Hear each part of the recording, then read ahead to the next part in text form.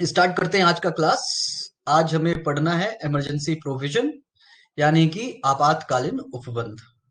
आज आप लोगों को पता होगा कि आज इमरजेंसी का 45 इयर्स हो चुका है। जो नेशनल इमरजेंसी इंदिरा गांधी के टाइम पे लगी थी वो 25 जून को ही लगी थी 1976 में। आज इस इमरजेंसी का 45 इयर्स हो चुका है। तो आज हम विस्तार से इमरजेंसी के बारे में पढ़ेंगे, इनके प्रोविजंस के बारे में पढ़ेंगे और इंदिरा गांधी को क्यों इमरजेंसी लगाना पड़ा था, किस हालत में इमरजेंसी लगाना पड़ा था और क्या क्या बदलाव हुए थे। ये सारी चीजें हम आज पढ़ने वाले हैं। ठीक है, तो आइए सबसे पहले हम बात करते हैं इमरजेंसी की। तो इंडियन कॉन्स्टिट्यूशन का जो पार्ट 18 है उसमें इमरजेंसी के बारे में बताया गया है। पार्ट 18 का आर्टिकल नंबर 352 से लेकर के आर्टिकल नंबर 360 तक डील करता है कि किस प्रकार से कंट्री में इमरजेंसी इंपोज किया जा सकता है। तो देखिए, तीन तरह के इमरजेंसी होते हैं। एक आर्टिकल 352 जिसको नेशनल इमरजेंसी कहा जाता है और हिंदी में से राष्ट्रीय आपातकाल कहते हैं। दूसरी इमरजेंसी होती है जिसको राष्ट्रपति शासन कहते हैं, वो आर्टिकल 356 में मेंशन है, जिसको हम पढ़ने वाले हैं आज ही। और तीसरा जो इमरजेंसी है वो है फाइनेंशियल इमरजेंसी, यानी कि वित्तीय आपातकाल, जो कि आर्टिकल नंबर 360 में मेंशन है। सो ये तीन तरह के इमरजेंसी है। इस तीनों इमरजेंसी के बारे में हम पढ़ेंगे कि किस हालात में ये तीनों इमरजेंसी को इंपोज किया जा सकता है, इंपोज कौन करता है, कैसे करता है, कब तक किया जा सकता है और इंपोज करने के बाद कब इस तरह के इमरजेंसी को वापस लिया जा सकता है, और जब इमरजेंसी चालू होता है तो क्या क्या चेंजेस होते हैं। इन सभी चीजों के बारे में हम पढ़ेंगे। तो आइए, आज हमारा सबसे पहला जो है टॉपिक वो है नेशनल इमरजेंसी, यानी कि article number 352। So national emergency लगाने का जो ग्राउंड है वो तीन है, यानी कि तीन परिस्थितियों में राष्ट्रीय आपातकाल को लागू किया जा सकता है। पहली जो परिस्थिति है, पहला जो सिचुएशन है वो है वार, यानी कि युद्ध। दूसरा सिचुएशन है वो है एक्सटर्नल असॉल्ट, और तीसरा जो सिचुएशन है वो है आर्म रेविलियन, यानी कि सशस्त्र विद्रोह। यहाँ पर मैंने स्टार किया है, स्टार इसलिए किया है क्योंकि जब कॉन्स्टिट्यूशन बना था तो कॉन्स्टिट्यूशन में ये चीज नहीं था। इसके जगह पे कुछ दूसरी चीज थी, इसके जगह पे थी आंतरिक गड़बड़ी। बाद में 1978 में इसको चेंज करके जब 44 अमेंडमेंट हुआ था तो 44 अमेंडमेंट में इस आंतरिक गड़बड़ी वाले शब्द को बदल करके इसे आर्म्ड रिविलियन, यानी कि सशस्त्र विद्रोह कर दिया गया था। क्यों कर दिया गया था हम आगे सब कुछ पढ़ने वाले हैं। तो सबसे पहले हम इस दो चीजों के बारे में पढ़ लेते हैं कि ये युद्ध और ये एक्सटर्नल असल्ट क्या है, यानी कि बाह्य आक्रमण क्या है। देखिए, नेशनल इमरजेंसी लगाने के तीन ग्राउंड तो हैं, यानी कि वॉर हो गया, या फिर एक्सटर्नल असल्ट हो गया, या फिर थर्ड जो भी है आर्म्ड रिविलियन। लेकिन नेशनल इमरजेंसी भी दो टाइप के होते हैं, एक होते हैं इंटरनल और एक होते हैं एक्सटर्नल, यानी कि एक होते हैं बाह्य आपातकाल और दूसरा होते हैं आंतरिक आपातकाल। तो ये दोनों चीज जो है, यानी कि युद्ध और एक्सटर्नल असल्ट, ये इसको कहते हैं बाह्य, है ना। ये जो है बाहर से आने वाली चीज है, और ये जो है ये है आंतरिक, यानी कि ये जो चीज है ये एक्सटर्नल इमरजेंसी होती है और इसको कहते हैं इंटरनल इमरजेंसी। दोनों में फर्क क्या है? इंटरनल इमरजेंसी यानी कि अपने ही देश में ऐसे कुछ स्थिति, कुछ परिस्थिति पैदा हो जाती है, कुछ सिचुएशन पैदा हो जाता है जिसके कारण ये इमरजेंसी को इंपोज किया जाता है। दूसरा एक्सटर्नल इमरजेंसी, यानी कि दूसरे देशों के कारण हमारे देश में ऐसा सिचुएशन, ऐसा इफेक्ट आता है जिसके कारण इमरजेंसी इंपोज करनी पड़ती है। अच्छा, युद्ध और एक्सटर्नल असॉल्ट, ये दोनों में डिफरेंस क्या है? दोनों हालांकि एक ही जैसा लगता है, यदि आप हिंदी में सुने तो युद्ध और दूसरा है बाह्य आक्रमण, तो दोनों सा दिख रहा है, लेकिन दोनों में डिफरेंस क्या है? देखिए, युद्ध का मतलब है कि जब दो देश आपस में ये घोषणा करते हैं कि हम दोनों एक दूसरे से युद्ध करने वाले हैं, तो इसको कहते हैं युद्ध। जैसे कि मान लीजिए कि इंडिया और चाइना ने ये घोषणा कर दिया पूरे वैश्विक स्तर पर, पूरे वर्ल्ड लेवल पर, या अपने आप में ये घोषणा कर दिया कि हम इंडिया से युद्ध करने वाले हैं, और इंडिया ने भी घोषणा कर दिया कि चलो हम भी चाइना से युद्ध करने वाले हैं। तो इस सिचुएशन को वॉर कहा जाता है, इसे कहते हैं युद्ध। दूसरा जो सिचुएशन है वो है एक्सटर्नल असल्ट, यानी कि बाह्य आक्रमण। यानी कि दूसरे जो देश हैं, यानी कि इंडिया ने इस चीज का घोषणा नहीं किया है कि उसे चाइना से लड़ना है, लेकिन फिर भी चाइना ने लड़ाई स्टार्ट कर दी, यानी कि चाइना ने गोलीबारी स्टार्ट कर दी, तो इसको कहते हैं बाह्य आक्रमण। ये दोनों सिचुएशन के कारण भी नेशनल इमरजेंसी को इम्पोज किया जा सकता है। ठीक है, तो अभी मैं कैमरा ऑफ करता हूं और इस चीज को हम विस्तार से अभी पढ़ेंगे।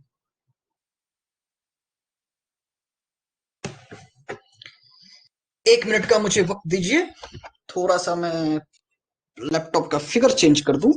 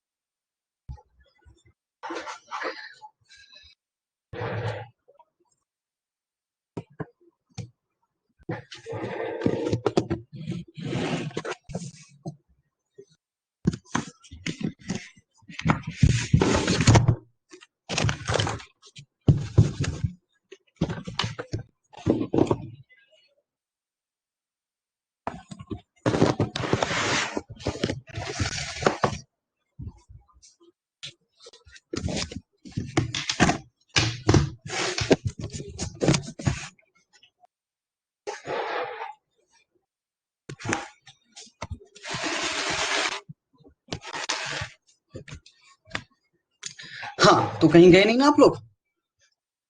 चलिए,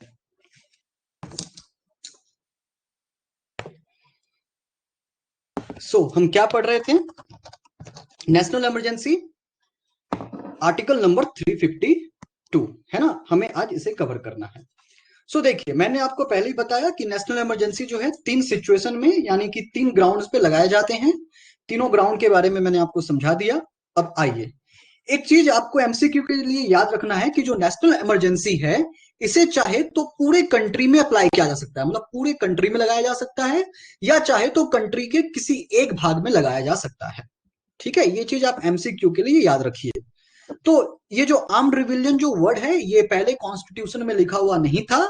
1978 में जब 44 अमेंडमेंट हुआ कॉन्स्टिट्यूशन का, तब जाकर के आंतरिक गड़बड़ी जो यहाँ पे शब्द था उसको बदल दिया गया। इसलिए बदला गया क्योंकि आंतरिक गड़बड़ी का मतलब बहुत ही व्यापक हो सकता है। किस प्रकार की गड़बड़ी? कोई सरकार के खिलाफ बोल दे तो भी आंतरिक गड़बड़ी हो सकता है। कोई सरकार ने किसी किसी कानून को पास किया, उस कानून के खिलाफ कोई जाकर के जुलूस निकाल दे, तब भी वो आंतरिक गड़बड़ी हो सकता है। तो आंतरिक गड़बड़ी का पैमाना जो था वो काफी बड़ा था, इसलिए इस चीज को बदला गया 1975 में। जब इंदिरा गांधी ने जब नेशनल इमरजेंसी को पूरे देश में लगाया था, तो उनका जो आधार था वो यही था कि देश में आंतरिक गड़बड़ी है, जिसके कारण हमें नेशनल इमरजेंसी लगाना पड़ेगा। ठीक है, तो आइए अब हम बात कर लेते हैं नेशनल इमरजेंसी कहां कहां से क्या क्या होता है। तो देखिए, हम बात करते हैं नेशनल इमरजेंसी का, हम पहले इस और इसके बारे में बात करेंगे, फिर हम इसके बारे में आएंगे। ठीक है, तो जो देखिए, नेशनल इमरजेंसी अभी तक पूरे इंडिया में 3 बार लग चुका है। कितनी बार लग चुका है? 3 बार। कहां कहां लगा था, आइए हम उसके बारे में डिस्कस करेंगे। पहली जो इमरजेंसी लगी थी वो लगी थी 26 अक्टूबर को, 26 अक्टूबर 1962 को लगाई गई थी। कब लगाई गई थी? 26 अक्टूबर 1962 को।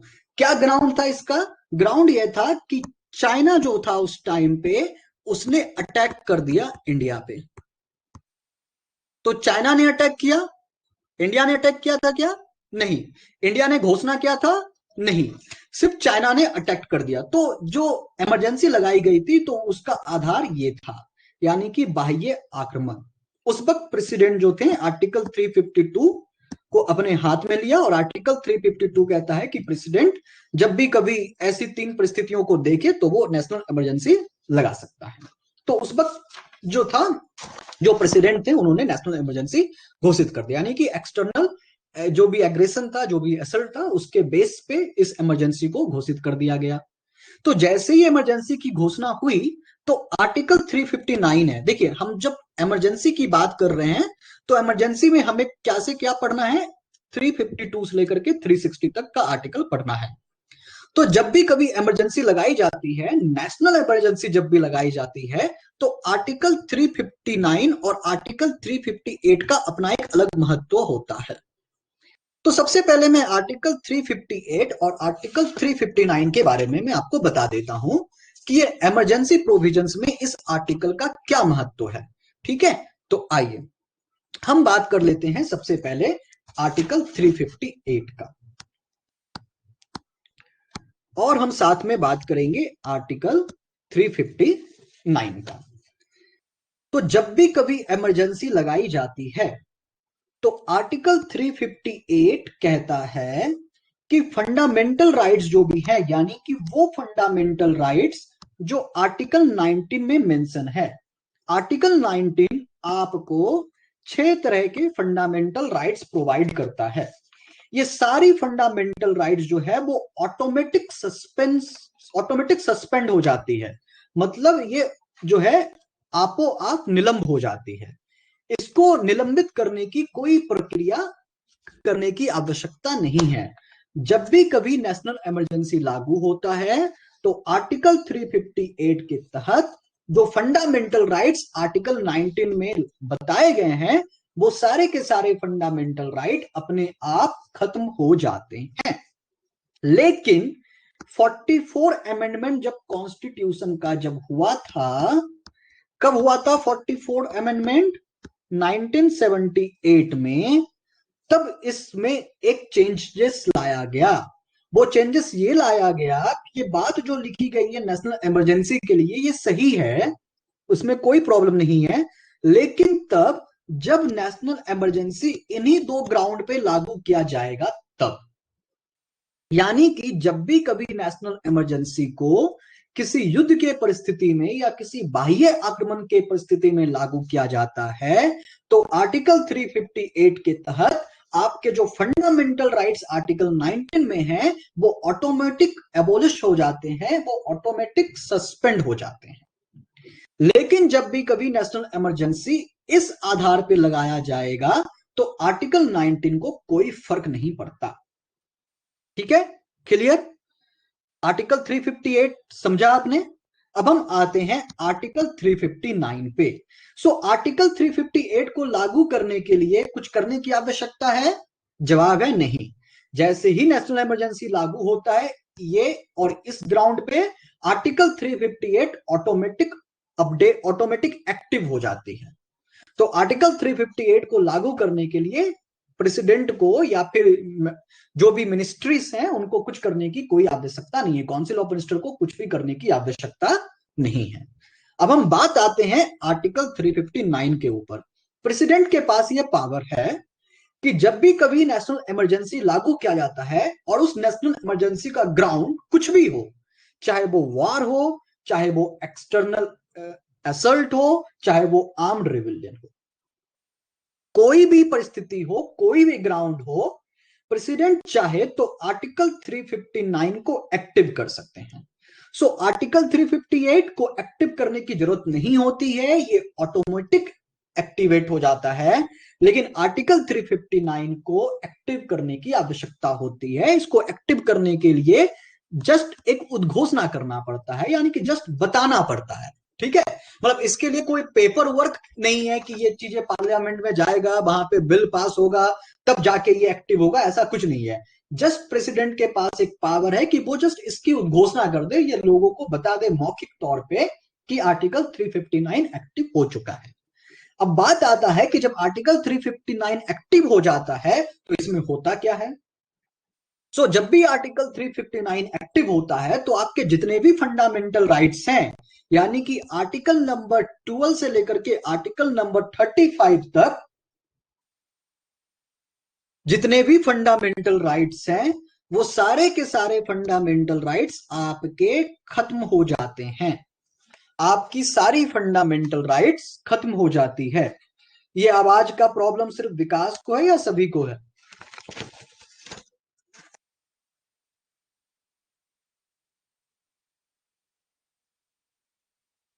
नो प्रॉब्लम, चलिए। आर्टिकल 359 को एक्टिव करना पड़ता है, और एक्टिव करने के बाद फंडामेंटल राइट्स जो हैं आर्टिकल नंबर 12 to 35 में जितने भी फंडामेंटल राइट जितने भी फंडामेंटल राइट्स मेंशन है वो सारे के सारे फंडामेंटल राइट्स आपके खत्म हो जाते हैं। और जब ये फंडामेंटल राइट्स आपका खत्म होता है तो इस फंडामेंटल राइट्स को आप लागू करवाने के लिए आप कोर्ट में नहीं जा सकते हैं, आप सुप्रीम कोर्ट हाई कोर्ट का सहारा नहीं ले सकते हैं। और जो सुप्रीम कोर्ट और हाई कोर्ट वाली बात है वो इस पे भी लागू होता है। आर्टिकल 19 भी जब आपका खत्म हो जाता है नेशनल इमरजेंसी के कारण, तो उसके लिए आप हाई कोर्ट और सुप्रीम कोर्ट के आपके दरवाजे उस वक्त बंद हो जाते हैं। नकुल रुक जाइए 1 मिनट, मैं इस फ्लो को खत्म कर दूं, उसके बाद क्वेश्चन पूछिएगा, ठीक है। सो आर्टिकल नंबर 12 to 35 जो है एक्टिव हो जाता है, लेकिन इसमें भी मैं एक स्टार मार्क करता हूं। स्टार मार्क मैं इसलिए कर रहा हूं क्योंकि 44 जब अमेंडमेंट हुआ था तो उसमें एक अमेंडमेंट ये किया गया था कि ठीक है, आर्टिकल 12 to 35 में जितने भी राइट्स हैं वो आप सारे छीन लो, कोई दिक्कत नहीं, लेकिन जो आर्टिकल नंबर 20 है और आर्टिकल नंबर 21 है, लाइफ एंड लिबर्टी, इस चीज को आप छीन नहीं सकते। चाहे किसी भी तरह की परिस्थिति उत्पन्न हो जाए, आप लोगों के जीने की स्वतंत्रता को छीन नहीं सकते। क्यों नहीं छीन सकते? क्योंकि इसके पहले जितनी भी इमरजेंसी लागू की गई थी उस वक्त इसका बहुत ही वाहियात तरीके से इसका दुरुपयोग किया गया था। यानी कि लोगों को मार दो, आपके ऊपर कोई केस नहीं बनता। यानी गवर्नमेंट जब चाहे सरकार जिसको चाहे जेल में डाल दे, जिसको चाहे मार दे, कुछ फर्क नहीं पड़ता, सरकार के ऊपर किसी भी प्रकार का कोई केस नहीं बनेगा, क्योंकि आपके पास किसी भी तरह के फंडामेंटल राइट्स हैं ही नहीं। तो आपने देखा अभी कि जब भी इमरजेंसी लागू होता है तो इमरजेंसी का और फंडामेंटल राइट्स का क्या रिलेशंस है, आर्टिकल नंबर 358 और 359 का क्या रिलेशंस है, आर्टिकल नंबर 358 और 359 में 44th में कॉन्स्टिट्यूशनल अमेंडमेंट हुआ और क्या क्या अमेंडमेंट हुआ वो आपके सामने है। अब पूछिए नकुल, क्या क्वेश्चन पूछना चाहते हैं?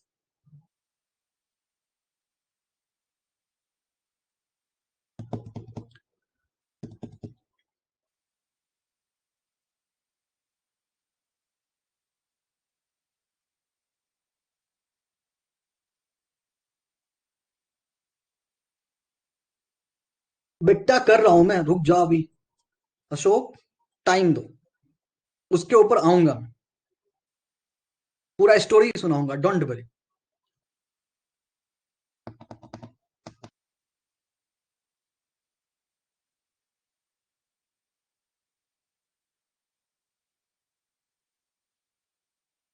आर्टिकल 358 में सिर्फ फंडामेंटल राइट्स, आर्टिकल नंबर 19 के राइट्स समाप्त होते हैं, बिल्कुल। आर्टिकल देखिए, आर्टिकल 358 जो है एक तरह का प्रेसिडेंट को एक राइट देता है, प्रेसिडेंट को एक अधिकार देता है, ठीक है। और इसमें सिर्फ आर्टिकल 19 में जितने भी मेंशंस हैं 6 फंडामेंटल राइट्स, वो सारे खत्म हो जाते हैं। हाँ, बाकी सारे राइट्स हैं।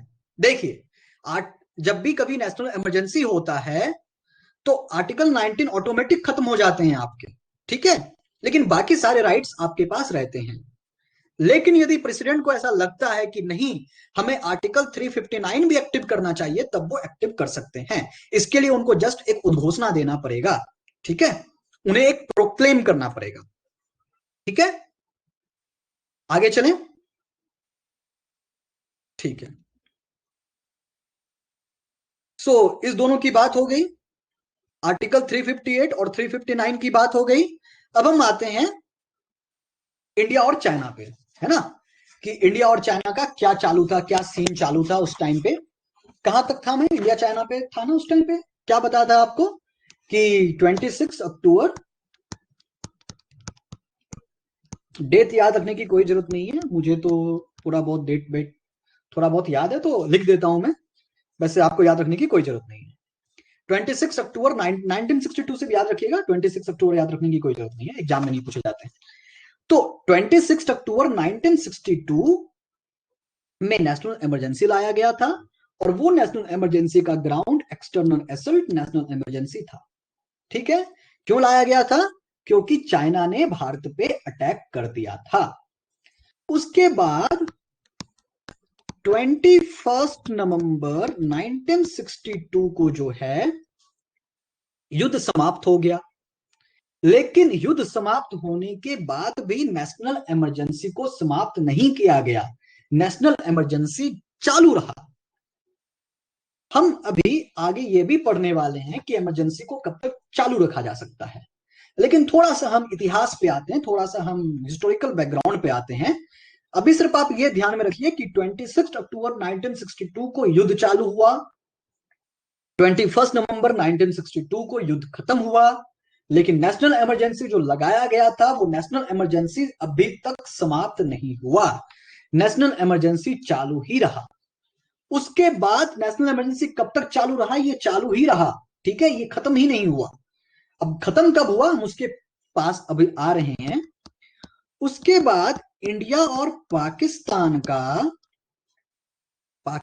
का स्पेलिंग भी मैं गलत ही लिखता हूं, चलो कोई बात नहीं, वो देश गलत ही लिखने लायक है, ठीक है। इंडिया और पाकिस्तान के बीच एक आर्म कॉन्फ्लिक्ट हो गया, ठीक है, एक आर्म कॉन्फ्लिक्ट हो गया। कब कॉन्फ्लिक्ट हुआ? अप्रैल 1965 में एक आर्म कॉन्फ्लिक्ट हुआ। उसके बाद सितंबर 1965 में उनके बीच एक युद्ध भी हुआ, जिसमें दोनों कंट्री के बीच सीज फायर हुए, और उसके बाद दोनों कंट्री ने एक डिक्लेरेशन पे लास्ट में साइन किया, उसको कहते हैं ताशकंद एग्रीमेंट।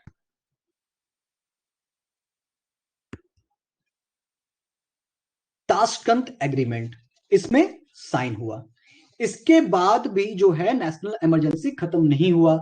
फिर उसके बाद पब्लिक कैंपेन चालू हो गया, यानी जनता जो थी वो तो जागरूक थी कि अरे अब तो इमरजेंसी खत्म कर दो, अब तो इंडिया और चाइना का भी युद्ध नहीं है, पाकिस्तान के साथ भी हमारा एग्रीमेंट साइन हो गया है, अब क्या जरूरत है इमरजेंसी का। तो पब्लिक कैंपेन चालू था, इंटरनेशनल मीडिया भी बार बार इंडिया को फोर्स कर रही थी कि अब नेशनल इमरजेंसी खत्म कर देनी चाहिए।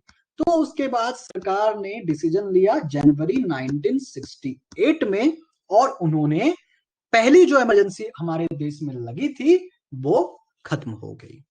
तो यह थी कहानी अपने फर्स्ट इमरजेंसी की। उसके बाद हम आते हैं सेकंड इमरजेंसी में। तो 3 दिसंबर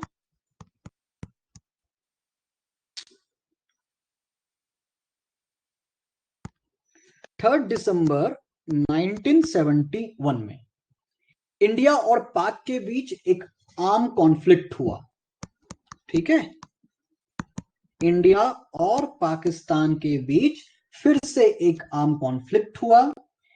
उसके बाद हमारा जो देश है उन्होंने मीसा, MISA, अब ये क्या गुल है मीसा, इसका फुल फॉर्म होता है maintenance of security act. So maintenance of security act के नाम पे उसके बाद सिर्फ एक यही नहीं, मेंटेनेंस ऑफ सिक्योरिटी एक्ट के नाम पे, उसके बाद कॉफी, COFE, और पोसा एक्ट, ये दोनों जो एक्ट है ये अपने देश को सुरक्षित करने के लिए ये एक्ट बनाया गया है। इसके बारे में हम कभी बाद में चर्चा कर लेंगे, जब कभी इसके बारे में हमें कभी डिटेल में पढ़ना रहे तो।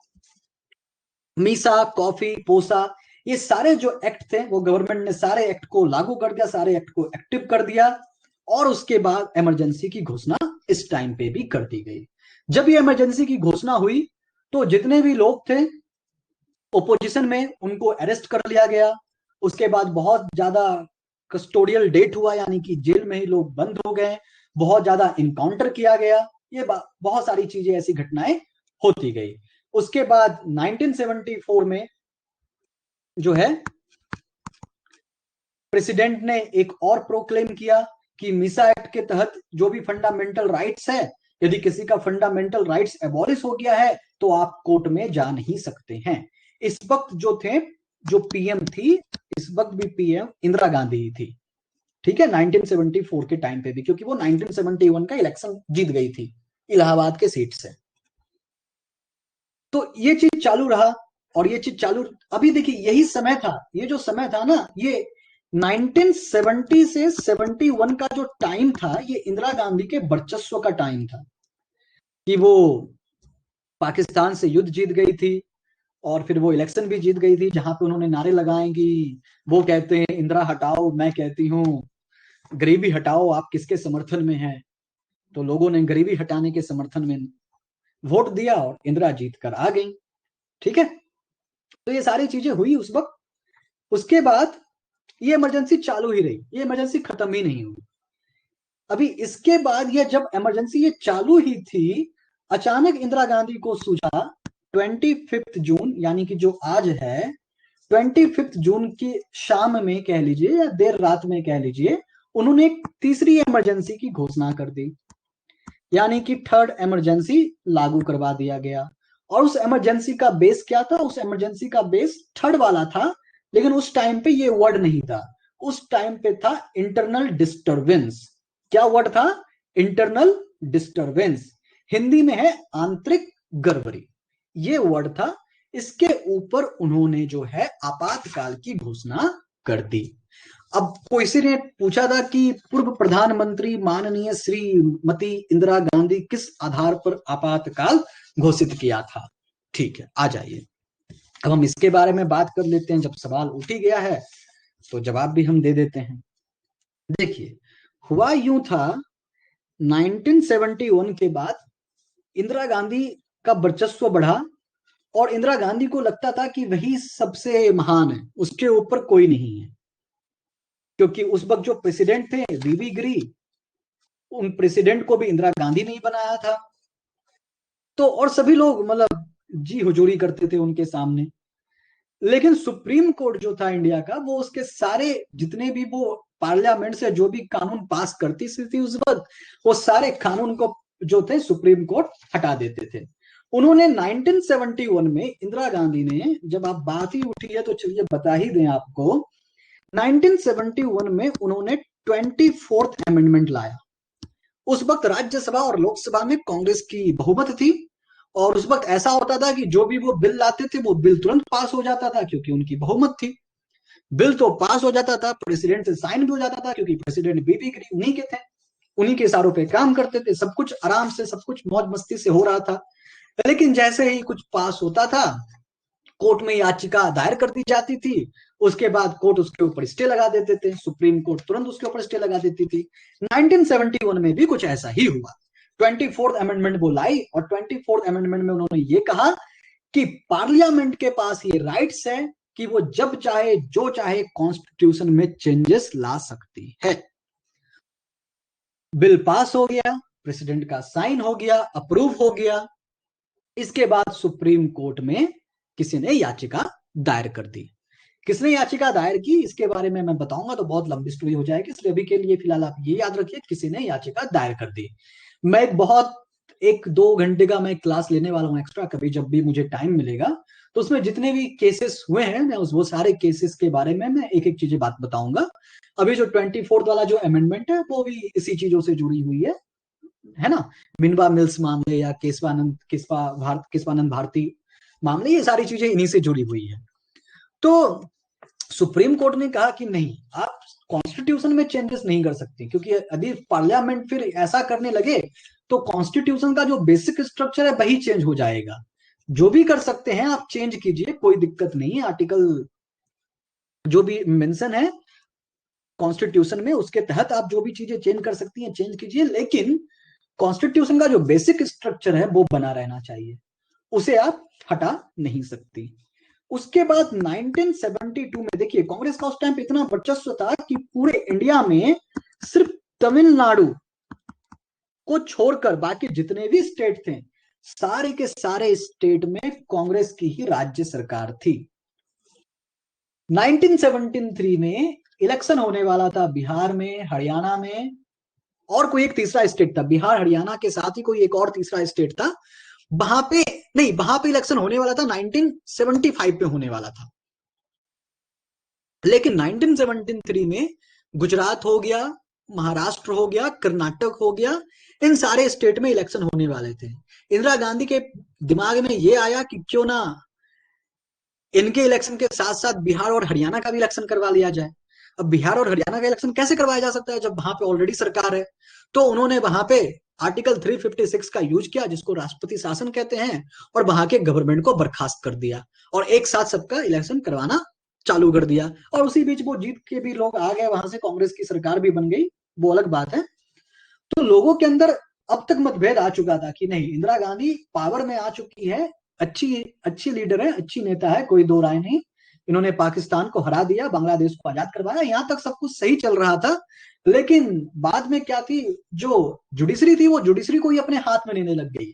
यानी कि देश में हर चीज तो उसके हाथ में है, एडमिनिस्ट्रेशन उसके हाथ में है, एग्जीक्यूटिव पावर उसके हाथ में है। जो जुडिशरी जो अलग चीज थी, वो जुडिशरी को भी अपने हाथ में लेने लग गई। उसके बाद 1975 की ही बात है, उस टाइम पे सुप्रीम कोर्ट के जज रिटायर होने वाले थे। सुप्रीम कोर्ट के जज रिटायर होने के बाद ऐसा होता है कि जो दूसरे जो वरिष्ठ जज हैं उनको चीफ जस्टिस बना दिया जाता है। लेकिन उन्होंने इस चीज को अनदेखा किया और जो थर्ड नंबर वाले रैंक पे तो जो जज थे उनको चीफ जस्टिस बना दिया गया, ताकि जो भी चीजें वो पास करे पार्लियामेंट से, उनके ऊपर किसी भी प्रकार का स्टे ना लगे। ऐसी बहुत सारी चीजें हुई। उसके बाद इंदिरा गांधी के ऊपर भी केस चला इलाहाबाद हाई कोर्ट में, जहां पे इलाहाबाद हाई कोर्ट जो थी एक याचिका पे सुनवाई कर रही थी, जहां पे याचिका में यह बताया गया था कि इंदिरा गांधी का जो इलेक्शन था वो नल एंड वॉइड होना चाहिए, क्योंकि उन्होंने कुछ वहां पे गड़बड़ी की थी, आंतरिक गड़बड़ी वहां पे किया था इंदिरा गांधी ने इलेक्शन जीतने के लिए। तो हाईकोर्ट ने याचिका पे सुनवाई की और हाईकोर्ट ने इसको सही पाया। इसलिए इलाहाबाद हाई कोर्ट ने 1975 में ही यह जस्टिस दिया था, अपना न्याय दिया था, और यह बताया गया था कि उन्होंने इंदिरा गांधी को गिल्टी पाया करप्ट प्रैक्टिस में, और उन्होंने सीधा इंदिरा गांधी को बोला कि आप जो भी पब्लिक ऑफिस में है उस पब्लिक ऑफिस से आपको तुरंत डिस्क्वालीफाई किया जाना चाहिए, तुरंत आप इस्तीफा दीजिए। ठीक है। और उसके बाद सिर्फ ये नहीं था उसमें मेंशन, उसमें ये मेंशन था कि अगले 6 साल तक आप किसी भी पब्लिक ऑफिस को ज्वाइन नहीं कर सकते। इसका मतलब सीधा है कि आप चुनाव नहीं लड़ सकते। अभी हाईकोर्ट का बात था, तो हाईकोर्ट की बातों को सुप्रीम कोर्ट में चुनौती तो दी ही जा सकती है, कोई दो राय नहीं है। और इंदिरा गांधी ने भी वही किया, सुप्रीम कोर्ट में उसकी चुनौती दी। लेकिन हुआ यूं कि जून का महीना चालू था, मई जून का, और सुप्रीम कोर्ट में छुट्टियां चालू थी। तो सुप्रीम कोर्ट वेकेशन में थी, और हाईकोर्ट के जो ऑर्डर के खिलाफ जो है सिर्फ उस टाइम पे कंडीशनल स्टे मिल सकता था, यानी कि कुछ कंडीशन में उस चीज को रोका जा सकता था, लेकिन फुल्ली उसको स्टे नहीं मिल सकता था, क्योंकि सुप्रीम कोर्ट तो बंद था। तो अब उसको जरूरत था कि कुछ ना कुछ कॉन्स्टिट्यूशन में ही अमेंड कर दिया जाए। तो अब वो कैसे करें? तो इस ग्राउंड पे, यानी कि अब ये मान लीजिए कि अब उनकी कुर्सी जाने ही वाली थी, क्योंकि हाईकोर्ट का ये डिसीजन था कि आपको अपने पद से इस्तीफा देना पड़ेगा। तो उन्होंने क्या किया, 1975 में क्या बोला कि नहीं, हमारे देश में आंतरिक गड़बड़ी पैदा हो चुकी है, इंटरनल डिस्टरबेंस पैदा हो चुका है, इसलिए हम राष्ट्रीय आपातकाल की घोषणा कर रहे हैं। इसके कारण वहां पे नेशनल इमरजेंसी को लगाया गया। तो अब जाकर के क्लियर हुआ कि इंदिरा गांधी जो थी वो किस लिए, किसके आधार पे नेशनल इमरजेंसी लगाई। उस वक्त किसी भी प्रकार का कोई भी आंतरिक गड़बड़ी नहीं था, गड़बड़ी सत्ता की गड़बड़ी था, उनका कुर्सी जाने वाला था, अपने कुर्सी को बचाने के लिए उन्होंने नेशनल इमरजेंसी को इम्पोज कर दिया। और उस वक्त थे उसके एक दोस्त हुआ करते थे, सिद्धार्थ शंकर रे, दोस्त भी थे। और सिद्धार्थ शंकर रे जो थे वो उस टाइम पे बंगाल के चीफ मिनिस्टर हुआ करते थे। देर रात 25 जनवरी की देर रात दोनों के बीच बातचीत जारी रही, और लगभग सुबह 3 बजे तक वो लोग ये लिखने में बिजी थे कि जनता को किस प्रकार से बताया जाए। तो जनता को सीधा अगले दिन संबोधित किया गया कि राष्ट्रपति जी ने नेशनल इमरजेंसी लगा दी गई है, लेकिन इनसे आपको किसी भी प्रकार से डरने की कोई जरूरत नहीं है। उसके बाद जब सिद्धार्थ शंकर रे, जब पूरा ये सब लेटर वेटर, जब जो भी चिट्ठी बिट्टी जो भी था लिख करके जब वो बाहर निकल रहे थे प्रधानमंत्री के आवास से, तो उनको वहां पे ओम मेहता मिल गए। ओम मेहता उस टाइम पे गृह राज्य मंत्री थे, यानी कि सेंट्रल स्टेट होम मिनिस्टर थे। उन्होंने सिद्धार्थ शंकर रे को कहा कि क्या चालू है, आप लोग इमरजेंसी लगाए रहे हैं, लेकिन हमें खबर ये मिला है कि कल के दिन न्यूज़पेपर ही प्रिंट नहीं होगा, जितने भी प्रेस हैं उन सारे प्रेस की बत्ती गुल की जा रही है, उनका लाइट कट किया जा रहा है। तो सिद्धार्थ शंकर रे ने बोला कि नहीं, ऐसा तो कुछ नहीं है। तो वो सीधा गए इंदिरा गांधी से मिलने के लिए, और इंदिरा गांधी तब तक अपने बेडरूम में जा चुकी थी। तो उनको मिले वहां पे संजय गांधी ने उनको बैठने बोला और बेचारे 1 घंटे तक बैठे रहे। उनके बाद कुछ हुआ नहीं। ठीक है, ये सारी तो स्टोरी है, ये कभी जब हम लोग रहेंगे फ्री तो बताएंगे। ये सारी स्टोरी मुझे इसलिए पता है क्योंकि मैं बहुत सालों तक नहीं कह सकते हैं, कुछ समय तक मैं भी सेंट्रल गवर्नमेंट में काम कर चुका हूं, तो अंदर की सारी स्टोरी कुछ ना कुछ पता है। और ये स्टोरी शायद पब्लिक डोमेन में भी है, सिद्धार्थ शंकर रे वाली बातें शायद पब्लिक डोमेन में है मेरे अंदाज से, लेकिन बहुत लोगों को पता नहीं है क्या उस टाइम पे हुआ था। आगे अभी और मैं इसके बारे में बातें कर सकता हूँ, लेकिन चलिए आगे हम वो सारी बातें करते हैं जो आपके एग्जाम में आएंगे, है ना। हाँ, तो कहाँ था मैं। तो 1975 में इमरजेंसी को इम्पोज कर दिया गया और इंदिरा गांधी ने कहा कि एक जना, देखिए नाम उन्होंने क्या दिया, एक जना ऐसा है जो देश में तबाही मचाना चाहता है। ऐसा तो नहीं बोला था उन्होंने, ये शब्द का इस्तेमाल किया था जो मुझे काफी खराब लगा है। उन्होंने बोला था कि एक जना ऐसा है जो फौजी को ये भड़का रहा है कि आप सरकार के खिलाफ जाओ, यानी कि आर्मी को बहका रहा है कि आप सरकार के खिलाफ जाओ। और वो जना किसके लिए यूज किया गया था, वो जना यूज किया गया था, अरे क्या नाम है उनका, सॉरी, श्री जयशंकर प्रसाद नारायण, नहीं जयशंकर नहीं, क्या नाम है उनका, जयप्रकाश नारायण, सॉरी मैं भूल गया था ध्यान से, जय प्रकाश नारायण, यस, जयप्रकाश नारायण के लिए उन्होंने ये शब्द इस्तेमाल किया था कि एक जना ऐसा, वो भी रेडियो में, जो कि पूरा देश सुन रहा था।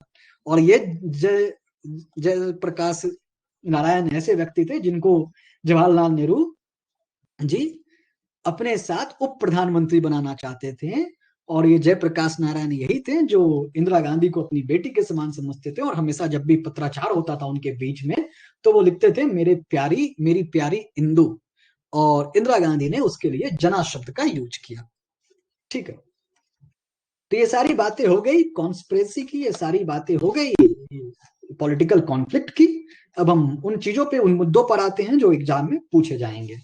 तो अभी तक कितने इमरजेंसी इंपोज किए जा चुके हैं हमारे कंट्री में, तो वो हैं 3, एक और तीनों यूज किया गया 352 के लिए, 2 बार इसके लिए यूज किया गया था, एक बार, हाँ 2 बार इसके लिए यूज किया गया था और एक बार इसके लिए यूज किया गया था, नाम सिर्फ चेंज है।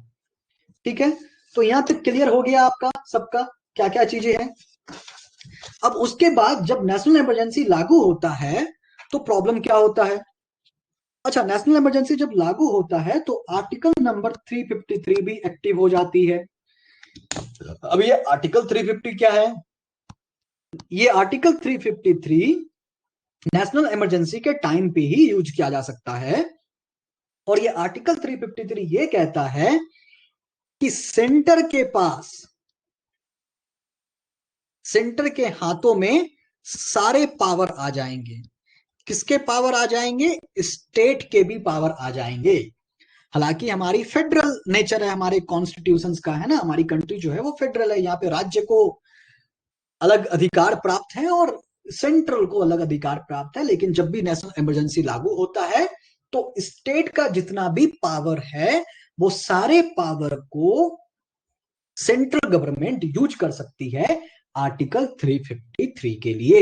किस चीज के लिए यूज कर सकती है, तो वो है डायरेक्शन देने के लिए, यानी कि सेंट्रल गवर्नमेंट सीधे स्टेट गवर्नमेंट को डायरेक्शन देगी कि भैया तुम ये करो, तुम वो करो। और फिर लॉ एंड ऑर्डर मेंटेन करने के लिए या तो वो स्टेट गवर्नमेंट को डायरेक्शन देगी या फिर स्टेट गवर्नमेंट का एडमिनिस्ट्रेटिव कंट्रोल ही अपने हाथों में ले लेगी। ठीक है, यह है आर्टिकल 353। आर्टिकल 353 में ही एक और क्लाउजेस आते हैं, वो है आर्टिकल 353 बी। आर्टिकल 353 का क्लाउजेस क्या है, देखिए 3 तरह के लिस्ट होते हैं, एक होता है सेंट्रल लिस्ट, एक होता है यूनियन लिस्ट, दूसरा होता है स्टेट लिस्ट और तीसरा होता है कंकरेंस लिस्ट, है ना। तो स्टेट लिस्ट में जो भी काम मेंशन है ये सारे काम यूनियन गवर्नमेंट ही करने लग जाती है। यानी कि ये मान लीजिए कि सीधी तरीके से विधायिका पे, राज्य की विधायिका पे जो कंट्रोल हो जाता है वो सेंट्रल गवर्नमेंट का कंट्रोल हो जाता है। यानी कि स्टेट लेजिस्लेटिव पे, स्टेट एग्जीक्यूटिव पे, स्टेट एडमिनिस्ट्रेशन पे जितना भी कंट्रोल है वो सारे सेंट्रल गवर्नमेंट के हाथ में आ जाती है। ठीक है, आगे चलते हैं, हम बात करते हैं नेशनल इमरजेंसी और 44 कॉन्स्टिट्यूशनल अमेंडमेंट। हम इसकी बात बाद में करेंगे, जाने दीजिए। पहले हम ये पढ़ते हैं कि जब भी नेशनल इमरजेंसी को लागू किया जाएगा तो पार्लियामेंट्री अप्रूवल और टाइम ड्यूरेशन क्या है। इससे सीधे सीधे आपके एमसीक्यू में क्वेश्चन आएंगे। देखिए, जब भी किसी इमरजेंसी की घोषणा की जाती है, जब भी किसी इमरजेंसी के बारे में प्रेसिडेंट प्रोक्लेम करते हैं, तो प्रोक्लेम के बाद यानी उस इमरजेंसी की घोषणा के 30 दिन के अंदर ही उस इमरजेंसी को संसद के दोनों सदनों से विशेष बहुमत के द्वारा अनुमोदित यानी कि पास करवाना आवश्यक है। मतलब आपने समझ लिया। मतलब मान लीजिए कि आज 25 जून है, ठीक है। मान लीजिए कि आज प्रेसिडेंट ने ये घोषणा कर दिया कि भाई हमारे देश में नेशनल इमरजेंसी लागू कर दी गई है। तो ये नेशनल इमरजेंसी लागू कर दी, प्रेसिडेंट ने घोषणा किया है, ठीक है। तो इसके 30 दिन के अंदर ही, देखिए, नेशनल जैसे ही प्रेसिडेंट ने ये घोषणा कर दिया, प्रोक्लेम कर दिया कि नेशनल इमरजेंसी को लागू करवा दिया गया है, तो नेशनल इमरजेंसी लागू तो हो जाती है, लेकिन जो उसकी विधायी प्रक्रिया है, जो कानूनी प्रक्रिया है, वो अभी तक हुई नहीं है, ठीक है। लेकिन नेशनल इमरजेंसी लागू हो जाएगी। और वो कब तक लागू रहेगी? 30 दिन तक लागू रहेगी। 30 दिन के बाद क्या हो जाएगा? वो नेशनल इमरजेंसी ऑटोमेटिक खत्म हो जाएगा। लेकिन ऑटोमेटिक खत्म ना हो, इसके लिए क्या करना पड़ेगा?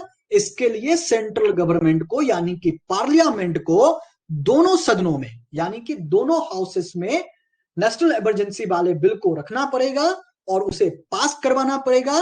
और पास करवाने के लिए क्या चाहिए? विशेष बहुमत यानी कि स्पेशल मेजोरिटी से इस बिल को पास करवाना पड़ेगा। तो मान लीजिए कि 25 जून को इमरजेंसी लागू करवा दिया गया है, उसके 30 दिन के अंदर ही पार्लियामेंट से ये बिल पास हो गया है। जब भी ये बिल पास हो जाएगा तो प्रेसिडेंट के पास ये बिल जाता है, लेकिन प्रेसिडेंट के पास जाने की जरूरत तो है ही नहीं, क्योंकि प्रेसिडेंट ने पहले से उस चीज को पास कर चुके हैं, ठीक है। तो 25 जून से लेकर के आप आगे का 6 महीना पकड़ लीजिए, तब तक नेशनल इमरजेंसी लागू रहेगा। सरकार को लगे कि नहीं, 6 महीने में भी हालत नहीं सुधरी है, इस नेशनल इमरजेंसी को थोड़ा हमें और एक्सटेंड करना चाहिए, तो सरकार कर सकती है क्या? जवाब है हाँ, सरकार नेशनल इमरजेंसी को और एक्सटेंड कर सकती है। लेकिन वो एक्सटेंशन के लिए और एक्सटेंड करवाने के लिए फिर से उनको वही प्रोसेस यूज करना पड़ेगा। क्या प्रोसेस है? कि फिर से उनको वो पार्लियामेंट में भेजना पड़ेगा, दोनों सदनों में भेजना पड़ेगा और विशेष बहुमत से यानी कि स्पेशल मेजोरिटी से फिर से उनको पास करवाना पड़ेगा। यानी कि फिर 6 महीने तक फिर वो बिल चालू रहेगा, फिर वो इमरजेंसी चालू हो सकता है। उसके बाद गवर्नमेंट को लगे कि और करना चाहिए तो और कर सकती है क्या? हाँ, कर सकती है। कब तक कर सकती है? उसका कोई टाइम लिमिट नहीं है, यानी कि अनंत काल तक नेशनल इमरजेंसी को बढ़ाया जा सकता है। आ रही है बात समझ में? नेशनल इमरजेंसी को अनंत काल तक बढ़ाया जा सकता है, ठीक है। उसके बाद जब एक बार नेशनल इमरजेंसी चालू कर दी गई है, तो उस नेशनल इमरजेंसी को खत्म कैसे किया जा सकता है, यानी उसको रिवोक कैसे किया जा सकता है। तो देखिए, नेशनल इमरजेंसी को लागू करने के लिए पार्लियामेंट का डिसीजन पक्का है, यानी कि पार्लियामेंट में ये बिल पास करवाना पड़ता है। लेकिन नेशनल इमरजेंसी को समाप्त करने के लिए इस प्रकार की कोई नियम लागू नहीं है। प्रेसिडेंट जब भी चाहे अपने मन से इसको रिवोक कर सकती है, या फिर लोकसभा सिंपल मेजोरिटी से ये बता दे कि हमें अब इमरजेंसी की आवश्यकता नहीं है, हमें इमरजेंसी का कोई रिक्वायरमेंट नहीं है। तो जिस दिन लोकसभा ने ये घोषणा कर दिया कि नहीं, हमें इमरजेंसी नहीं चाहिए, उसी दिन से, उसी पल से, उसी क्षण से इमरजेंसी खत्म हो जाती है। दूसरी बात, एक चीज और आप याद रखिए, इंदिरा गांधी के टाइम पे क्या हुआ था। देखिए, उस टाइम पे जो था, इंदिरा गांधी के टाइम पे यानी कि पीएम इंदिरा गांधी, पीएम ने लेटर दिया प्रेसिडेंट को कि भाई नेशनल इमरजेंसी लगाओ। प्रेसिडेंट ने नेशनल इमरजेंसी को पास कर दिया, ठीक है। लेकिन 44 जब अमेंडमेंट हुआ, तो 44 अमेंडमेंट में प्रेसिडेंट जो है नेशनल इमरजेंसी तभी पास कर सकता है जब उनको लेटर प्राइम मिनिस्टर से नहीं, किनसे मिलनी चाहिए? मिनिस्टर ऑफ काउंसिल से मिलनी चाहिए, यानी कि कैबिनेट से मिलनी चाहिए। कैबिनेट में प्रधानमंत्री भी होंगे और कैबिनेट मिनिस्टर भी होंगे। इन सभी लोगों ने मिल करके एक लेटर दिया, सभी लोगों ने सिग्नेचर करके लेटर दिया, तब जाकर के प्रेसिडेंट जो है नेशनल इमरजेंसी को लगा सकते हैं। यानी कि 75 में जब इंदिरा गांधी ने नेशनल इमरजेंसी लगाया था तो वो खुद अपने मन की मालिक थी, यानी कि उनके कैबिनेट मिनिस्टर को भी पता नहीं था कि नेशनल इमरजेंसी लगा दी गई है। स्वर्ण सिंह जो उस टाइम पे थे डिफेंस मिनिस्टर, मैं बताता हूं इंदिरा गांधी के टाइम पे स्वर्ण सिंह जो डिफेंस में, देखिए जब 25 जून को इमरजेंसी लगा दी गई थी तो 26 जून को जो था सुबह के 11 बजे पार्लियामेंट में कैबिनेट की मीटिंग बुलाई गई। उस मीटिंग में कुल मिलाकर के 11 लोग आए थे, 11 मिनिस्टर आए थे और साथ में एक इंदिरा गांधी थी। टोटल मिलाकर के कुल मिलाकर के 12 लोग थे। स्वर्ण सिंह जो उस टाइम के जो डिफेंस मिनिस्टर थे, उन्होंने कहा था कि मैडम प्राइम मिनिस्टर, जब ऑलरेडी एक और इमरजेंसी तो ऑलरेडी चालू ही है ना, 1971 से इमरजेंसी वो चालू ही था, वो इमरजेंसी खत्म ही नहीं हुआ था। तो जब ऑलरेडी एक एक्सटर्नल इमरजेंसी चालू है तो आपको इंटरनल इमरजेंसी लगाने की क्या जरूरत है? इंदिरा गांधी ने जवाब दिया, जरूरत है। इतना ही जवाब दिया। इन 11 में से 11 लोगों के पास हिम्मत नहीं था कि वो इंदिरा गांधी के खिलाफ कुछ भी बोल सके। देखिए हमारा देश लोकतंत्र है और हमारे देश के लोकतंत्र में जो दो बड़ी पार्टी है, इस दोनों बड़ी पार्टी में प्रॉब्लम क्या है मैं आपको बताता हूं। दोनों पार्टी में प्रॉब्लम है। पार्टी सिर्फ कांग्रेस में प्रॉब्लम नहीं है, कांग्रेस में प्रॉब्लम तो बहुत समय से था। बीजेपी में प्रॉब्लम हाल के 1 वर्ष 2 वर्षों में दिखाई पड़ा है, जब से वो दोबारा चुनाव जीत करके आई है।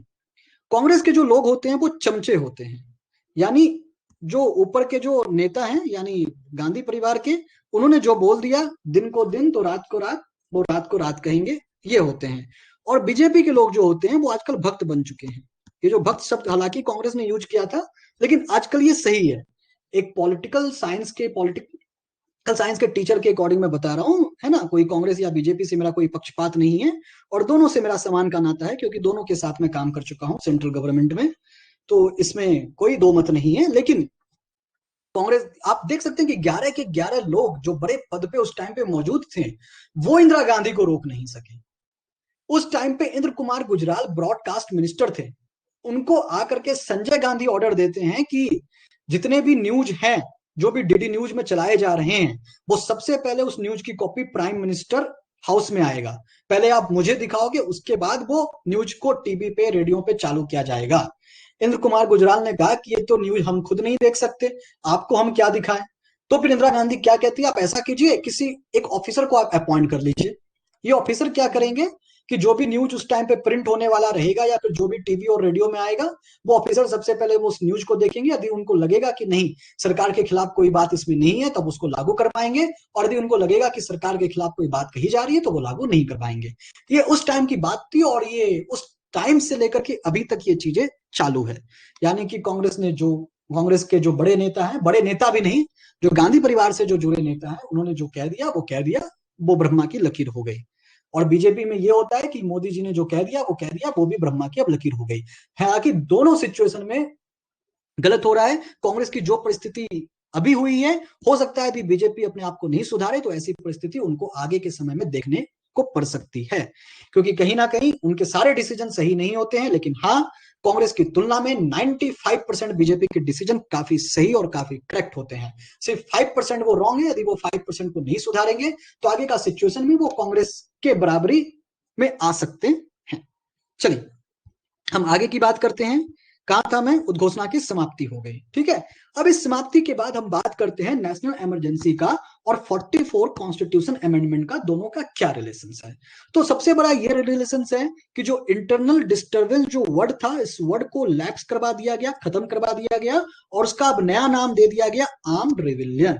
यानी कि आंतरिक विद्रोह नहीं, ऐसा विद्रोह जहां पे गोलीबारी चले, तब आप जाकर के नेशनल इमरजेंसी की घोषणा कर सकते हैं।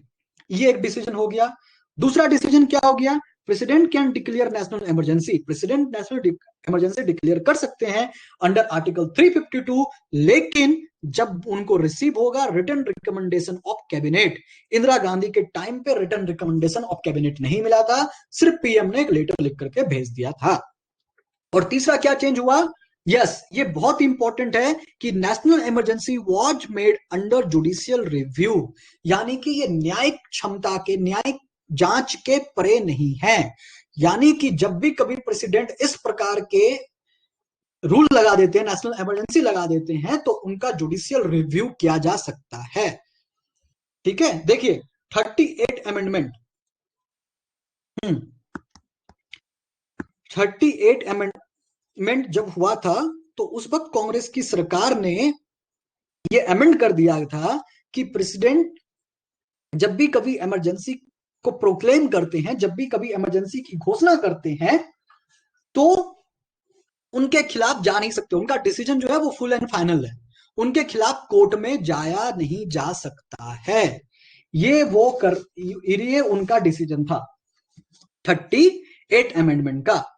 तो बाद में जो था 44 अमेंडमेंट में इसको भी चेंज किया गया, 38 अमेंडमेंट को, इस अमेंडमेंट को भी लैप्स किया गया और कहा गया कि नहीं, प्रेसिडेंट का डिसीजन चाहे कुछ भी रहे वो भी न्यायिक क्षमता से बाहर नहीं होनी चाहिए, उसके ऊपर भी जांच होनी चाहिए, और जांच में कुछ गलती पाया गया तो जो भी रहेगा प्रावधान, वो प्रावधान के अकॉर्डिंग जो भी चीजें होगी, सजा वजा उनको दी जाएगी। हालांकि आपको पता ही होगा जब प्रेसिडेंट को, जब वो अपने ऑफिस में होते हैं तो उनके ऑफिस टेन्योर में किसी भी प्रकार का उसके ऊपर कोई कार्यवाही नहीं किया जा सकता, लेकिन जब वो अपने ऑफिस से डिस्चार्ज होकर के आएंगे 5 साल के बाद, तो भैया कहीं से बचोगे तो नहीं, पकड़े तो जाओगे।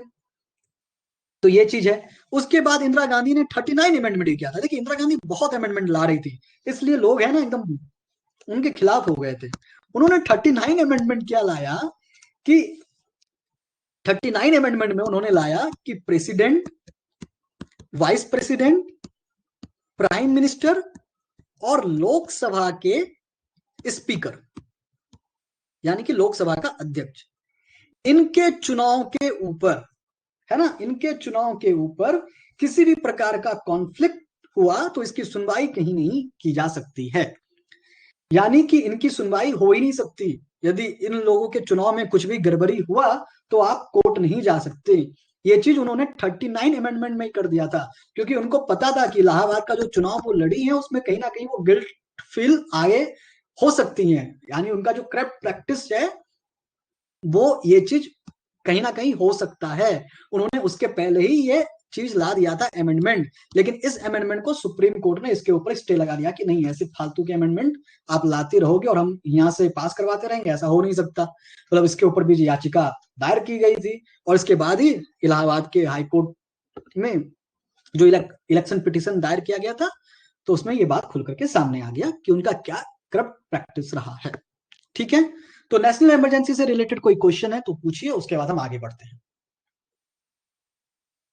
चिंता मत कीजिए, 2 दिन 3 दिन में क्लास नहीं लिया ना, सारा का सारा कसर उतारूंगा, आज क्लास बहुत लंबा चलेगा। कोई डाउट, कोई कंफ्यूजन, कुछ पूछना हो?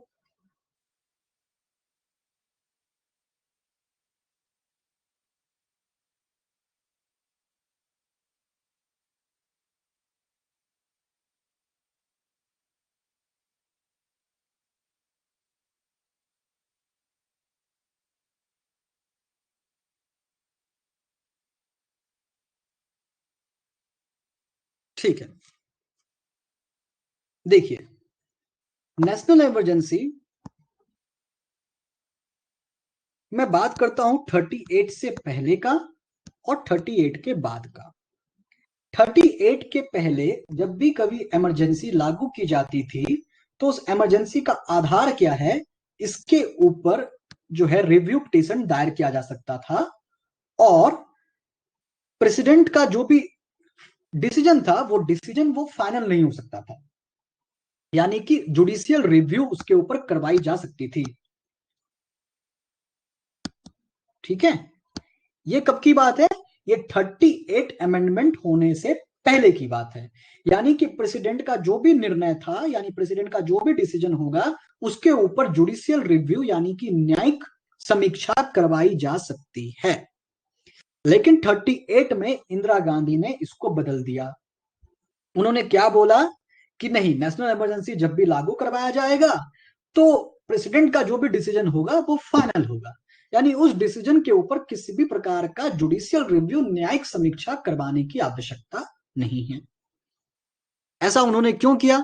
क्योंकि इमरजेंसी तो चालू ही था। कब से चालू था? वो 1962 से ये चालू था।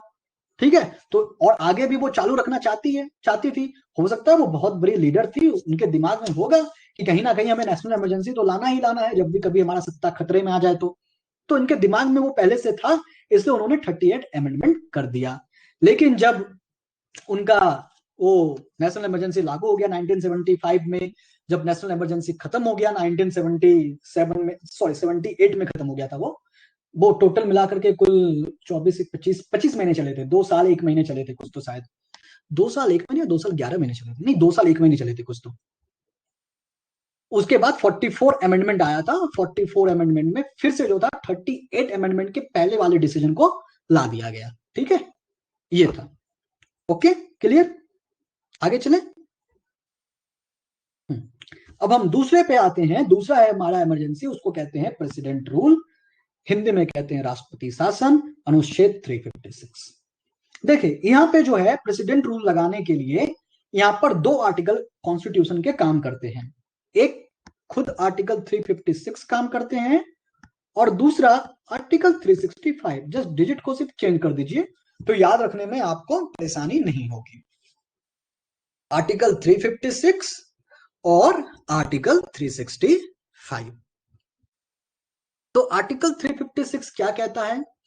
आर्टिकल 356 ये कहता है कि जब भी कभी प्रेसिडेंट को ऐसा लगे या फिर जब भी किसी स्टेट के गवर्नर को ऐसा लगे कि उसका जो स्टेट है वो कॉन्स्टिट्यूशन के अकॉर्डिंग काम ही नहीं कर रहा है, यानी कि वहां पे संवैधानिक तंत्र जो है वो विफल हो चुके हैं, वो फेल हो चुके हैं, तब जो गवर्नर है वो ये बात प्रेसिडेंट को बताएंगे और प्रेसिडेंट को लगेगा कि नहीं, गवर्नर जो बात कह रहे हैं वो सही है, स्टेट का जो लेजिस्लेटिव है वो कॉन्स्टिट्यूशन के अकॉर्डिंग रन नहीं कर रहा है, इसलिए क्या करो, वहां के स्टेट को भंग कर दो या फिर उसको निलंबित कर दो। देखिए यहाँ पे दोनों वर्ड यूज है, एक भंग भी है और एक निलंबित भी है।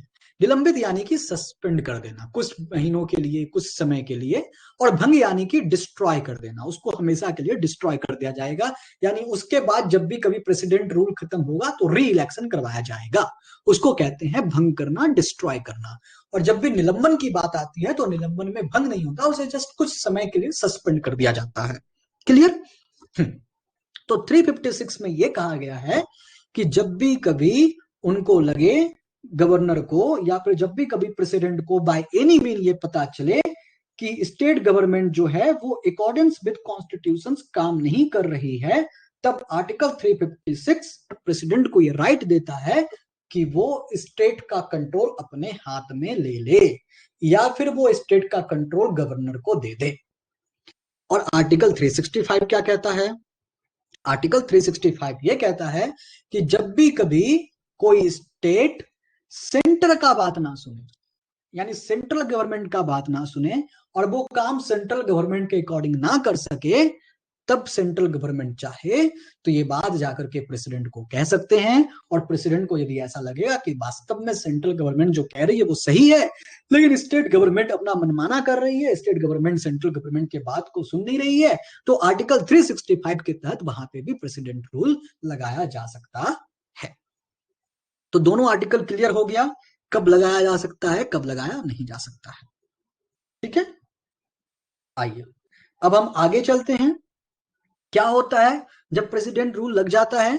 जब भी प्रेसिडेंट रूल लग जाता है किसी स्टेट में तो राज्यपाल राष्ट्रपति की ओर से राज्य के प्रशासन का शासन करता है, यानी कि राज्यपाल जो है राज्य के शासन को अपने हाथ में ले लेता है और राज्यपाल जो है वो स्टेट सेक्रेटरी की मदद से उस स्टेट पर शासन करता है।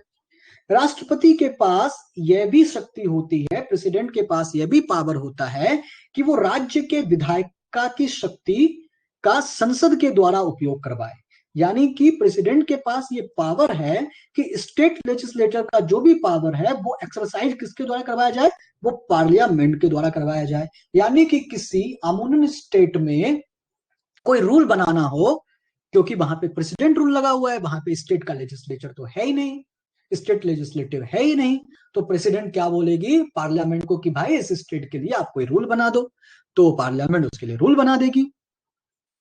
ठीक है, उसके बाद राज्य विधानसभा को प्रेसिडेंट चाहे या तो उसे निलंबित कर सकती है या भंग कर सकती है।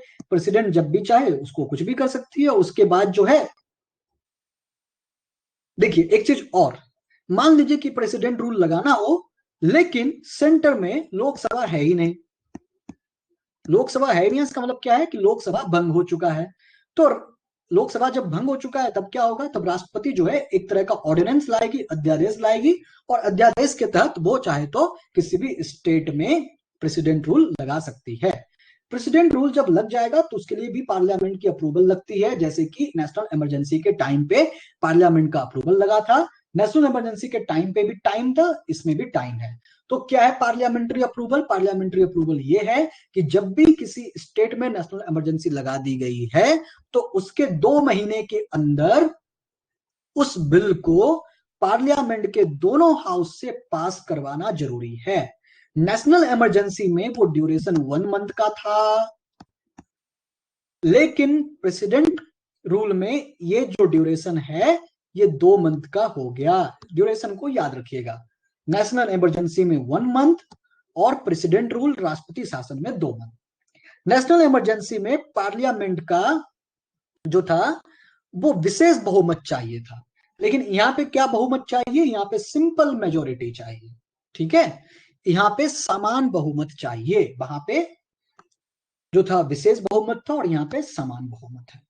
ठीक है, उसके बाद जब भी कभी प्रेसिडेंट रूल लग गया और प्रेसिडेंट रूल को यदि खत्म करना हो तो खत्म करने के लिए क्या किया जा सकता है, तो प्रेसिडेंट जब भी चाहे तो कभी भी इसको रिवोक कर सकती है ना। जस्ट रिवोक करने के लिए क्या करना पड़ेगा, उसे जस्ट एक प्रोक्लेम करना पड़ेगा, यानी एक उद्घोषणा करनी पड़ेगी, और इस उद्घोषणा के लिए संसद के किसी भी प्रकार के अनुमोदन की आवश्यकता नहीं है। नेशनल इमरजेंसी में क्या था, नेशनल इमरजेंसी में भी सेम था, प्रेसिडेंट जब चाहे अपने मन से कर सकती है, लेकिन वहां पे 2 चीज थे, एक प्रेसिडेंट अपने मन से कर सकती है, दूसरा उसमें यह था कि लोकसभा जब चाहे तब वो सिंपल मेजोरिटी से कर सकती है। लेकिन यहाँ पे लोकसभा का किसी भी प्रकार से कोई जिक्र है नहीं। यहाँ पे सीधा सीधा जो भी निर्णय लेने का काम है वो निर्णय लेने का काम सिर्फ और सिर्फ प्रेसिडेंट के हाथ में है। दूसरी बात, जब नेशनल इमरजेंसी लगाई गई थी तो नेशनल इमरजेंसी को अनंत काल तक बढ़ाई जा सकती है हर 6 महीने के अंतराल में। लेकिन प्रेसिडेंट रूल को अनंत काल तक के लिए नहीं बढ़ाया जा सकता, इनको सिर्फ 3 इयर्स तक ही एक्सटेंड किया जा सकता है। यानी कि किसी भी स्टेट में जब आप प्रेसिडेंट रूल लगाते हैं तो 3 साल से ज्यादा आप लगा नहीं सकते। एक बार जब आपने प्रेसिडेंट रूल लगा दिया तो वो 6 महीने तक चलता है। 6 महीने के बाद फिर से वही प्रक्रिया करनी पड़ती है, यानी कि फिर से पार्लियामेंट में जाना पड़ता है, पार्लियामेंट के दोनों हाउस में बिल पास होता है सिंपल मेजोरिटी से, तब जाकर के प्रेसिडेंट रूल लगता है। ना अभी यहाँ पे एक और मजे की बात है। क्या है वो मजे की बात? वो मजे की बात यह है कि इस 3 साल को इस तरह से ब्रेक किया गया है। ये जो 3 साल है इसको ऐसे ब्रेक किया गया है, यानी 1 साल तक का जो इमरजेंसी है वो आप लगा सकते हैं। हर 6 महीने में आप एक नया प्रोक्लेम करवा दीजिए प्रेसिडेंट के थ्रू, इमरजेंसी लगा सकते हैं। लेकिन बचे हुए जो 2 साल हैं, ध्यान से सुनिएगा, मैं लिखा नहीं हूं, एग्जाम में आ सकता है, बचे हुए जो 2 साल हैं उसमें जो है आप इमरजेंसी स्टेट में आप तभी लगा सकते हैं जब उस स्टेट को किसी वॉर का सामना करना पड़ सकता है, यानी कि किसी युद्ध का सामना करना पड़ सकता है, किसी एक्सटर्नल वॉर, यानी किसी बाह्य देश आक्रमण कर सकती है, यानी कि वह स्टेट किसी ऐसे सीमा पे आता हो, ऐसे बॉर्डर में आता हो जहां से किसी दूसरे कंट्री भी जुड़े हो और वहां से हमला हो सकता है, तब आप ऐसे सिचुएशन में लगा सकते हैं। या फिर जब इलेक्शन कमीशन कहता है कि भैया हम अभी इलेक्शन करवा नहीं सकते, तब आप ऐसे सिचुएशन में ही लगा सकते हैं। मतलब यही 2 सिचुएशन है जहां पे आप प्रेसिडेंट रूल को 3 साल तक एक्सटेंड कर सकते हैं। यदि ये दोनों सिचुएशन में से कोई सिचुएशन नहीं है तो प्रेसिडेंट रूल को आप सिर्फ और सिर्फ 1 साल तक ही एक्सटेंड कर सकते हैं। और ये प्रेसिडेंट रूल जो है इसको बहुत बहुत बहुत इसका दुरुपयोग किया गया। 1978 में जब जनता दल आए, 11 राज्यों में प्रेसिडेंट रूल लगाया, वहां पे कांग्रेस की सरकार थी, उसको भंग कर दी गई। बाद में जब फिर से कांग्रेस की सरकार आई तो उन्होंने भी सेम किया, 11 ऐसे स्टेट को चुने जहां पे जनता पार्टी की सरकार या ऐसी सरकार थी जो कांग्रेस की नहीं थी, उसको वो भंग करवा दिए। सबसे पहले प्रेसिडेंट रूल पंजाब में लगाया गया, ठीक है। ऐसे ये कोई इतना बड़ा क्वेश्चन नहीं है कि आपसे एग्जाम में पूछ लेगा, लेकिन ध्यान रखिएगा, ठीक है। क्लियर? प्रेसिडेंट रूल से कोई क्वेश्चन हो तो पूछ लीजिए।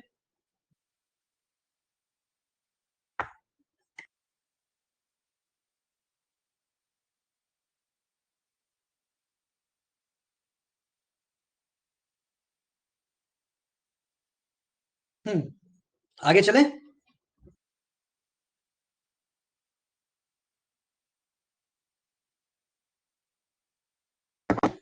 नेक्स्ट है, थर्ड है फाइनेंशियल इमरजेंसी, आर्टिकल नंबर 360।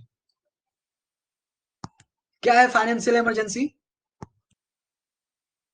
सो देखिए, फाइनेंशियल इमरजेंसी क्या है? Empower the president to proclaim a financial emergency, यदि वो सेटिस्फाई करते हैं कि ऐसा सिचुएशन पैदा हो चुका है जिसमें फाइनेंशियल स्टेबिलिटी है और इंडिया के क्रेडिट पे खतरा है, तब यानी कि जब उनको लगे कि पैसे की कमी आ चुकी है, इंडिया का फाइनेंशियल कंडीशन खराब हो चुका है, तब वो फाइनेंशियल इमरजेंसी की घोषणा कर सकते हैं। लेकिन 44 में एक अमेंडमेंट हुआ जिसमें यह कहा गया कि प्रेसिडेंट को ऐसा लगे, मतलब कैसा लगे, प्रेसिडेंट को सिर्फ लगने से नहीं होगा, बाद में प्रेसिडेंट से भी क्वेश्चन किया जा सकता है, इसलिए उनको जो है वो जुडिशियल रिव्यू के अंदर रखा गया, यानी कि न्यायिक समीक्षा के आप परे नहीं हो, बाद में आपके ऊपर भी डंडा गिर सकता है कि आपने फाइनेंशियल इमरजेंसी क्यों लगाई। बस आर्टिकल 360 यही कहता है। अभी इसके लिए पार्लियामेंट अप्रूवल, देखिए जितनी भी इमरजेंसी है सबके लिए पार्लियामेंट्री अप्रूवल लगते हैं, ठीक है।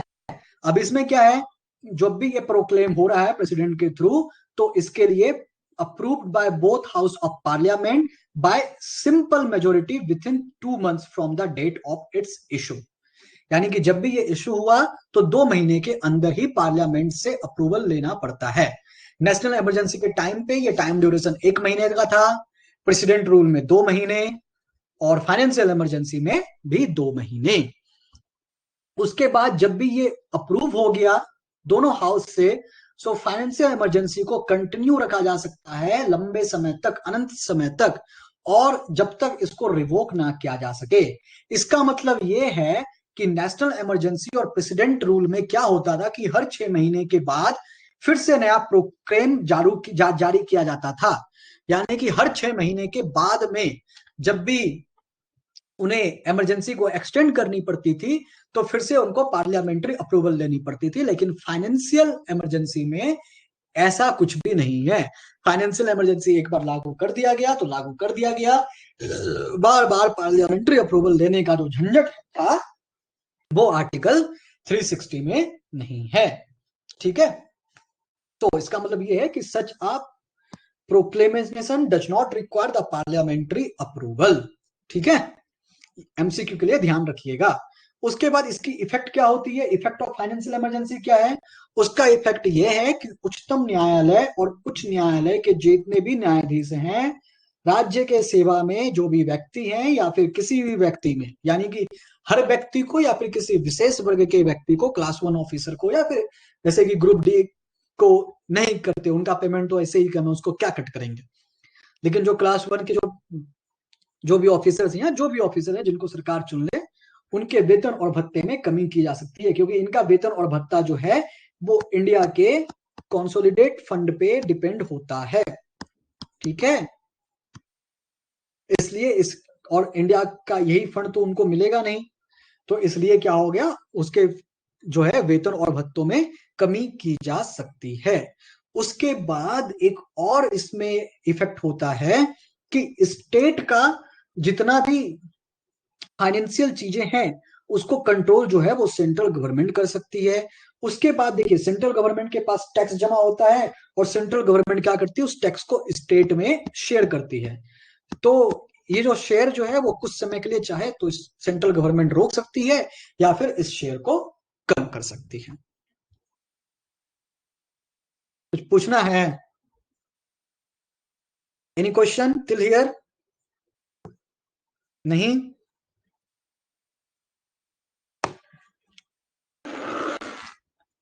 अरे पूछ लो। ठीक है, मत पूछो भैया, हमको का।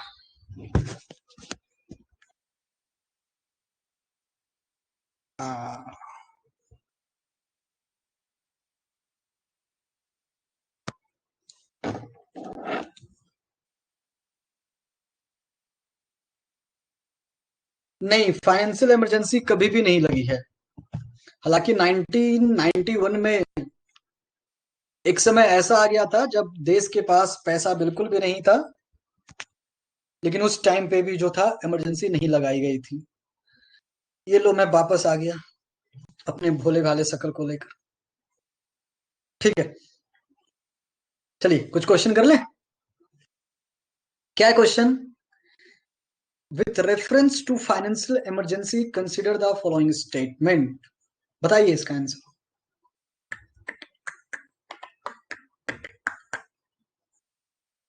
हिंदी में बोलूं? जरूरी है क्या?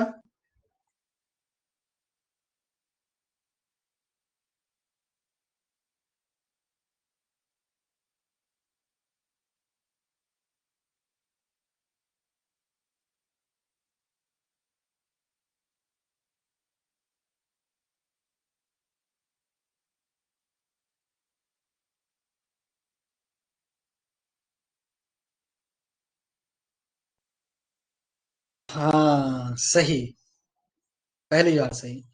क्या है? Financial emergency once approved the parliament, financial emergency continue, है ना, टिल इट इज रिवोक्ड, है ना, इसको हमेशा कंटिन्यू कर सकते हैं। लेकिन नेशनल इमरजेंसी में और प्रेसिडेंट रूल में ऐसा नहीं होता है, वो सिर्फ 6 महीने तक ही जारी रहता है। ठीक है, तो पहला स्टेटमेंट जो है वो सही है। दूसरा स्टेटमेंट क्या है? During the operation of financial emergency the salary charge on the constitution fund of India can not be reduce. It can reduce, है ना, Supreme Court, High Court, other officers. It was declare for the first time during the financial crisis 1991। नहीं भैया। Second question, consider the following statement. बताइए।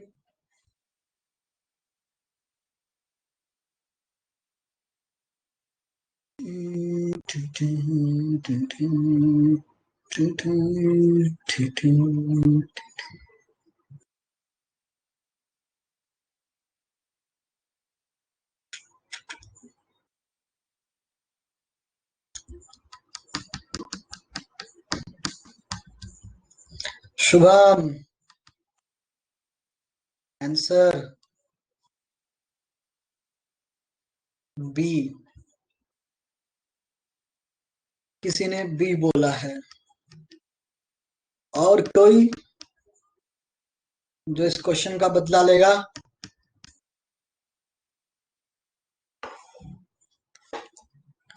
सूरज भी B है। और कोई जो बदला लेना चाहता है? नहीं, बी गलत है। अच्छा, बी गलत है तो सही क्या है? राजेश्वरी, दीप शिखा सिर्फ सुनती हैं, जवाब दिया करो।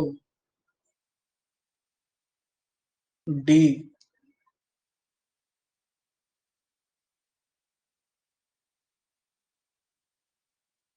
क्या है क्वेश्चन? पढ़ ले। The president can declare, because A B constitution amend हो गया है। The president can declare a national emergency even before the actual occurrence of war और एक्सटर्नल एग्रेशन। बिल्कुल, है ना। वॉर और एक्सटर्नल एग्रेशन के अलावा भी प्रेसिडेंट जो है नेशनल इमरजेंसी को डिक्लेयर कर सकते हैं। कब कर सकते हैं नेशनल इमरजेंसी को डिक्लेयर? आर्म्ड रिविलियन, यानी कि आंतरिक विद्रोह, सशस्त्र, सॉरी, सशस्त्र विद्रोह पे। तो ये जो स्टेटमेंट है ये गलत है ना।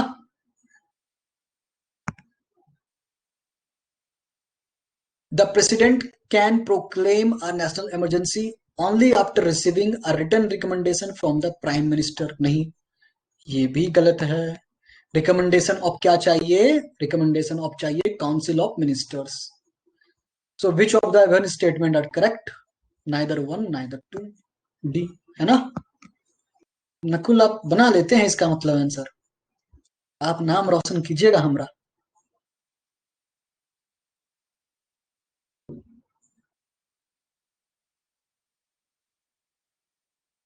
बिल्कुल कोशिश कीजिए। और एक अच्छे विद्यार्थी वही होते हैं जो ज्ञान और पद के मामलों में अपने गुरु को मात दे दे। सो मैं कब से ऐसे विद्यार्थी की तलाश में हूँ जो ज्ञान में मुझे मात दे ही दे, उसके बाद पद में भी मुझे मात दे दे। जल्दबाजी मत कीजिए, ध्यान से देखा कीजिए। जब भी कभी ऐसा क्वेश्चन आए सही गलत का, तो देखा कीजिए थोड़ा क्या गलत है क्या सही है। ये सबसे पहले इस पे भी आप ध्यान दिया कीजिए, क्या पूछा जा रहा है, इज आर करेक्ट। कभी कभी यूपीएससी पूछती है इज आर नॉट करेक्ट, वो इनकरेक्ट वर्ड ना यूज करके वो पूछ लेती है नॉट करेक्ट। सो बच्चे नॉट को देखते नहीं, बच्चे सीधा देखते हैं करेक्ट। तो इस चीज को भी थोड़ा ध्यान में रखिएगा और कोशिश कीजिए जल्दी से जल्दी मुझे दोनों चीजों में मात देने का, आप सभी लोग, ज्ञान में भी और पद में भी। ठीक है, तो आज के लिए इतना ही। नेशनल इमरजेंसी का पूरा चैप्टर खत्म हो चुका है। इससे जो भी कुछ डाउट रहेगा आप पूछ लीजिए। नेशनल इमरजेंसी के ऊपर मेंस में क्वेश्चन आ सकता है। मेंस में क्वेश्चन करंट अफेयर से रिलेटेड पूछा जा सकता है कि कोविड 19 के कारण इकोनॉमिक्स बहुत बड़ी क्राइसिस से गुजर रही है। क्या आपको ऐसा नहीं लगता कि गवर्नमेंट को नेशनल इमरजेंसी घोषित कर देना चाहिए? आप इसके परिप्रेक्ष्य में जवाब दे सकते हैं। बताइएगा जरूर कि कर सकते हैं या नहीं कर सकते हैं। ठीक है,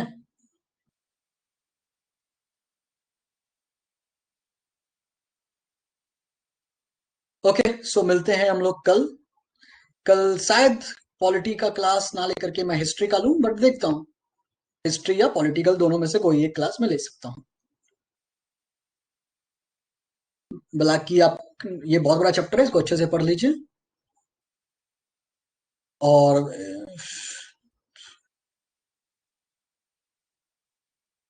इसके ऊपर भी क्वेश्चंस काफी आते हैं, तो क्वेश्चंस को आप बनाया कीजिए। ये क्या, ये कौन लिख रहा है? आप लोग लिख सकते हो, कैसे क्या? अरे ये क्या हो गया? अरे रुक जाओ भाई।